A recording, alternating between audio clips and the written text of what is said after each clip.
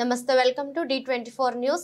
తూర్పు గోదావరి జిల్లాలో 114 సంవత్సరాల బ్రిటిష్ కాలం నాటి పురాతన ఇరుకు వంతెన ఏజెన్సీ ముఖద్వారనైన గోకవరం మండలంలో ఎస్ ఆకారంలో ఉన్న ఇరుకు వంతెన వద్ద ప్రతిరోజు వారి మార్లు ట్రాఫిక్ అంతరాయం ఏర్పడి గ్రామ ప్రజలు తీవ్ర ఇబ్బందులు పడుతున్నారు।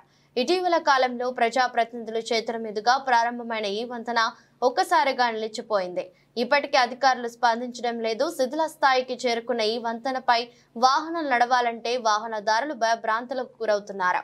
ఆదివారం వస్తే ఇక చెప్పనక్కర్లేదు, కార్లు సుమారుగా 2 కిలోమీటర్ల మేరకు ఎలా నిలిచిపోయాయో చూశారు।